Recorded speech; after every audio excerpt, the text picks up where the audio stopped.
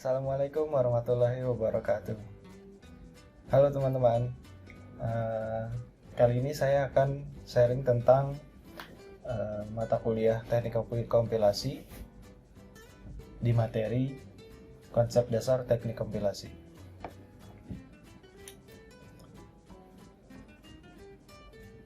Menurut teori dan bahasa, teori otomata dan bahasa formal berkaitan dalam hal pembangkitan kalimat atau generation, yaitu menghasilkan semua kalimat dalam bahasa L berdasarkan aturan yang dimilikinya, dan pengenalan kalimat atau recognition, yaitu menentukan suatu string atau kalimat termasuk sebagai salah satu anggota himpunan L.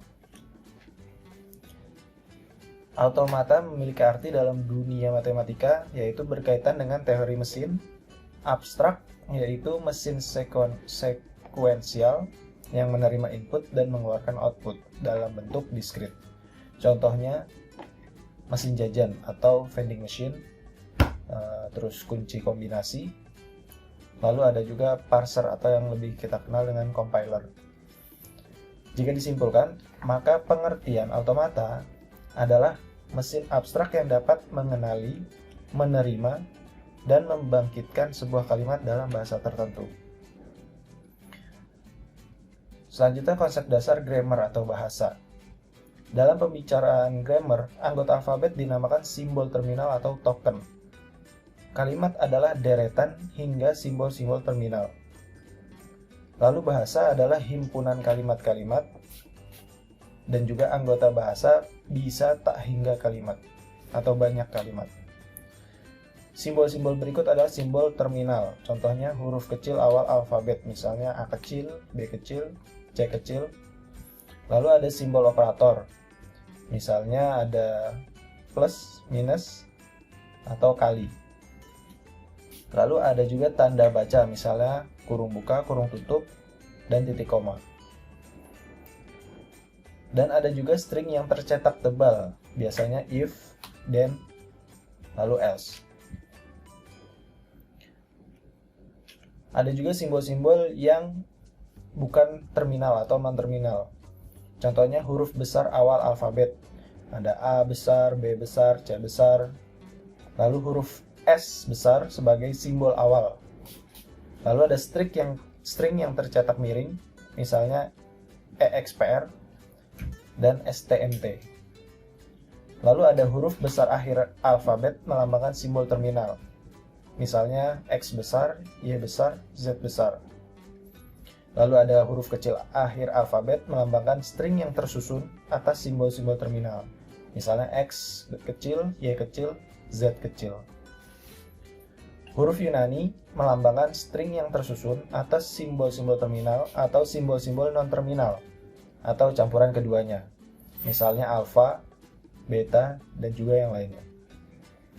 Sebuah produksi dilambangkan sebagai alfa menjadi beta, artinya dalam sebuah derivasi dapat dilakukan penggantian simbol alfa dengan simbol beta. Lalu ada simbol alfa dalam produksi berbentuk alfa menjadi beta, disebut ruas kiri produksi, sedangkan simbol beta disebut ruas kanan produksi. Derivasi adalah proses pembentukan sebuah kalimat atau sentensial. Sebuah derivasi dilambangkan dengan A, tanda panah ke kanan, beta.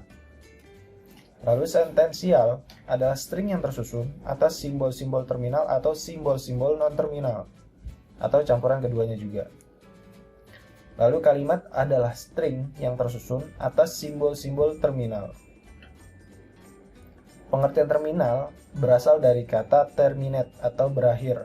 Maksudnya derivasi berakhir jika sentensial yang dihasilkan adalah sebuah kalimat yang tersusun atas simbol-simbol terminal itu. Pengertian non-terminal berasal dari kata not terminate atau belum atau juga tidak berakhir. Maksudnya derivasi belum atau tidak berakhir jika sentensial yang dihasilkan mengandung simbol non-terminal. Kemudian ada grammar dan juga klasifikasi Chomsky. Grammar didefinisikan sebagai pasangan 4 tuple.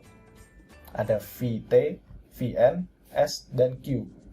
dan dituliskan sebagai G dalam kurung VT, VN, S, dan Q. G di situ digambarkan sebagai grammar, di mana VT itu himpunan simbol-simbol terminal atau himpunan token-token atau alfabet. VN himpunan simbol-simbol non-terminal. S epsilon VN adalah simbol awal atau simbol start. Dan Q adalah himpunan produksi. Berdasarkan komposisi bentuk ruas kiri dan ruas kanan, produksinya yang tadi sebelumnya alfa tanda panah ke kanan beta, Noam Chomsky mengklarifikasikan 4 tipe bahasa atau grammar. Yang pertama adalah tipe ke-0, unrestricted grammar. Cirinya adalah A, beta, epsilon atau anggota dari VT dan VN. Yang kedua adalah tipe ke-1, yaitu context sensitive grammar. Dan yang ketiga adalah tipe kedua, context free grammar. Dan yang terakhir, tipe ketiga, regular grammar. Tipe sebuah grammar atau bahasa ditentukan dengan aturan sebagai berikut. A language is said to be type I. Language is it can be specified by a type I grammar but cannot be specified any type I plus 1 grammar. Lalu ada mesin pengenal bahasa. Untuk setiap kelas bahasa Chomsky, terdapat sebuah mesin pengenal bahasa. Masing-masing mesin tersebut adalah regular grammar yang sebelumnya tadi dijelaskan, ada context free grammar, context sensitive grammar, dan juga unrestricted grammar. Regular grammar itu mesin pengenal bahasanya yaitu finite automata atau FA. Sedangkan context free grammar itu mesinnya automata pushdown, PDA. Untuk context sensitive grammar itu mesinnya linear bounded automation.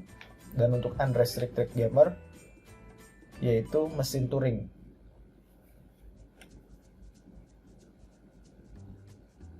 Kemudian ada derivasi kalimat dan penentuan bahasa.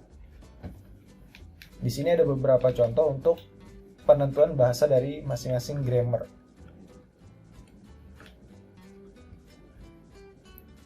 Lalu ini ada contoh kedua. Dan selanjutnya kita akan membahas bahasa pemrograman. Bahasa pemrograman adalah bahasa yang menjadi sarana manusia untuk berkomunikasi dengan komputer.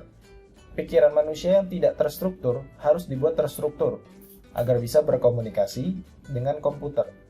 Komputer memerlukan kepastian dan logika untuk dapat melakukan suatu instruksi tertentu. Untuk itu diperlukan algoritma yang baik dan benar. Penggolongan bahasa pemrograman berdasarkan tingkat ketergantungannya dengan mesin, yaitu yang pertama adalah bahasa mesin. Bahasa mesin adalah bahasa yang berisi kode-kode mesin yang hanya dapat diinterpretasikan langsung oleh mesin komputer. Bahasa mesin sering juga disebut dengan native code, sangat tergantung pada mesin tertentu. Contohnya untuk mesin IBM 370. Di sini mesin membaca bahasa mesin yaitu 00011, ini termasuk bahasa biner yang berarti mengkopikan isi register 5 ke register 3. Ini adalah komen yang baku untuk bahasa mesin. Keuntungan dari bahasa mesin adalah eksekusinya cepat karena mesin tidak perlu mentranslate dari bahasa manusia ke bahasa mesin karena sudah berupa bahasa biner. Kerugiannya sangat sulit dipelajari oleh manusia.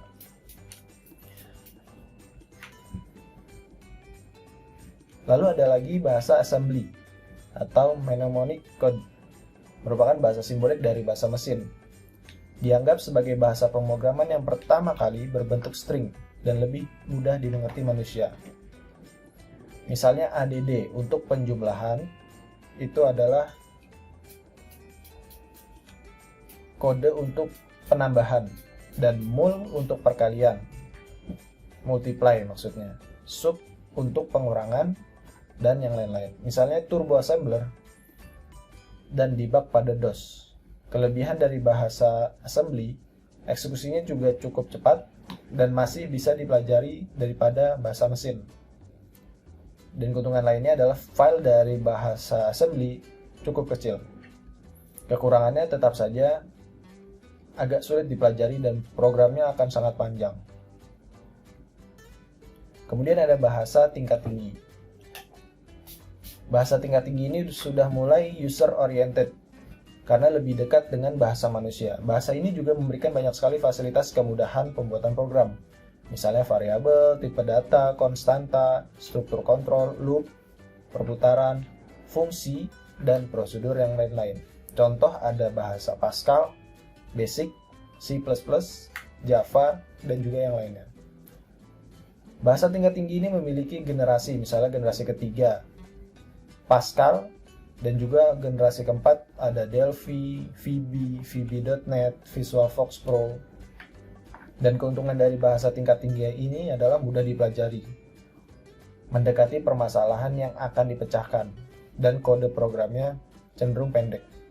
Namun kerugiannya adalah karena bahasanya terlalu dekat dengan manusia, jadi mesin akan mengeksekusinya lebih lambat.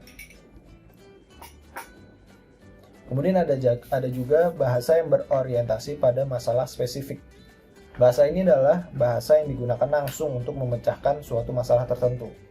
Contohnya SQL untuk aplikasi database, Gogo untuk aplikasi teknik sipil, regex untuk mencocokkan pola pada string, MATLAB untuk matematika, dan juga yang lainnya. Bahasa problem oriented kadang digolongkan ke dalam bahasa tingkat tinggi. Kemudian translator.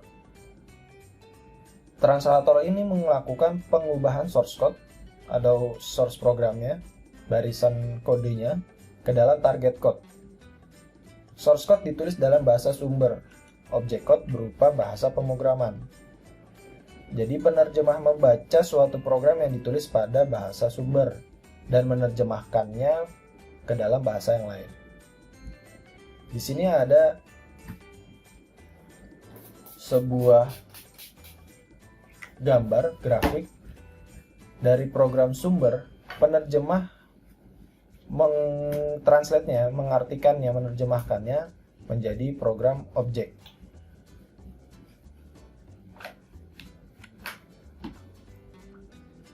Ada beberapa macam translator, yaitu ada assembler. Jadi source code adalah bahasa assembly, object code adalah bahasa mesin. Contohnya ada turbo assembler, ada juga macro assembler. Lalu ada interpreter.